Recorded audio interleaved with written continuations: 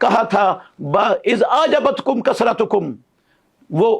12,000 تھے، تو بعض لوگوں کے دل میں یہ خیال آیا جب ہم 313 تھے تو غالب آ جایا کرتے تھے، اب ہم 12,000 ہیں تو اب دنیا میں کوئی ہم پر غالب نہیں آ سکتا، تو وہ فتح کا نقشہ اللہ رب العالمین نے شکست میں بدل دیا، اور اس کا تذکرہ قرآن میں کیا، وَلَقَدْ نَصَرَكُمُ اللَّهُ فِي مَوَاطِنَ كَثِيرَةٍ وَيَوْمَ حُنَيْنٍ إِذْ أَعْجَبَتْكُمْ كَثْرَتُكُمْ فَلَمْ تُغْنِ عَنْكُمْ شَيْئًا وَضَاقَتْ عَلَيْكُمُ الْأَرْضُ بِمَا رَحُبَتْ ثُمَّ وَلَّيْتُمْ مُدْبِرِينَ۔ تو یہ اپنے وسائل پر، اسباب پر، اپنی طاقت پر، اپنی تعداد پر بھروسہ نہیں، بھروسہ صرف اللہ رب العالمین کی مدد پر کرنا ہے، اور یہ بھی اللہ رب العالمین کا ذکر ہے۔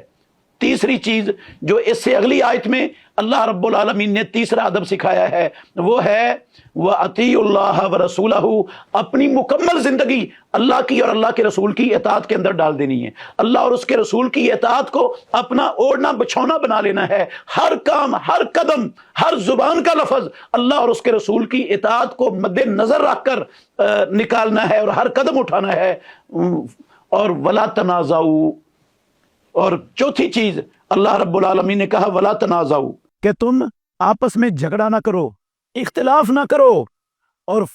ورنہ فتح کے بعد شکست نظر آنے لگ جائے گی، جس سے تمہارے دلوں میں بزدلی پیدا ہو جائے گی اور تم ہمت ہار بیٹھو گے، اور تمہاری ہوا جاتی رہے گی، اور تمہاری پھوٹ کو، تمہارے اختلافات کو، تمہارے لڑائی جھگڑوں کو، آپسی اختلافات کو دیکھ کر دشمن کو جرت ملے گی، اور دشمن سمجھے گا کہ یہ تو آپس میں پھٹے ہوئے ہیں، اس وقت ان کے اوپر حملہ کرنا بڑا کارگر رہے گا۔ تو اللہ رب العالمین نے کہا وَلَا تَنَازَعُوا، تم نے آپسی سارے مفادات کے جھگڑوں کو، ذاتی مفادات کے جھگڑوں کو مٹا دینا ہے، ختم کر دینا ہے، وَلَا تَنَازَعُوا، جھگڑا نہیں کرنا، فَتَفْشَلُوا، تم پھسل جاؤ گے میدان جنگ سے، تمہارے قدم اکھڑ جائیں گے، تمہاری ہوا اکھڑ جائے گی، دشمن پر تمہارا رعب، دبدبہ ختم ہو جائے گا، اور دشمن کو تمہارے خلاف آگے بڑھنے کی جرت ملے گی۔ وَلَا تَنَازَعُوا فَتَفْشَلُوا وَتَذْهَبَ رِيحُكُمْ، تم نے جو ہے نا وہ دیکھیں ہمارے نبی محمد الرسول اللہ صلی اللہ علیہ وسلم نے کچھ صحابہ کو جنگ احد میں ایک درے پر کھڑا کیا تھا،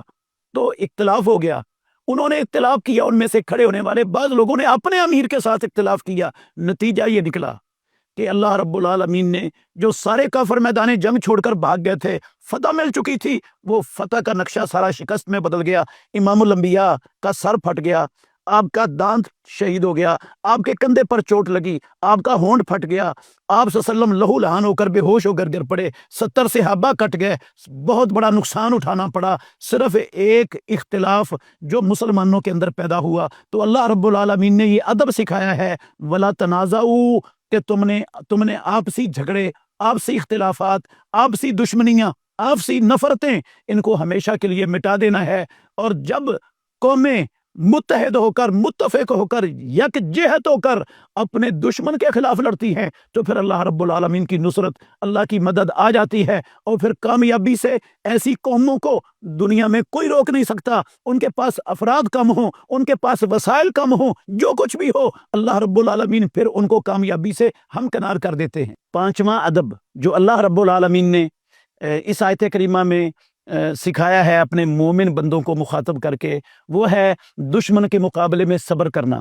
اور اللہ رب العالمین سے صبر کی توفیق مانگتے رہنا، صبر کی دعا کرتے رہنا، ڈٹے رہنا اللہ کے دشمنوں کے خلاف، کیونکہ جب بندہ صبر کا دامن چھوڑ دیتا ہے، بے صبری کی راہ اختیار کرتا ہے، جزا فضا کے راستے پر چل پڑتا ہے، تو پھر اللہ رب العالمین کی مدد اور نصرت بندے کا ساتھ چھوڑ دیتی ہے۔ پھر جب اللہ کی نصرت اور مدد بندے کا ساتھ چھوڑ دے تو پھر بندہ اپنے وسائل کے باوجود، اپنی ساری صلاحیتوں اور اپنی تیاریوں کے باوجود کامیابی سے محروم ہو جاتا ہے۔ تو صبر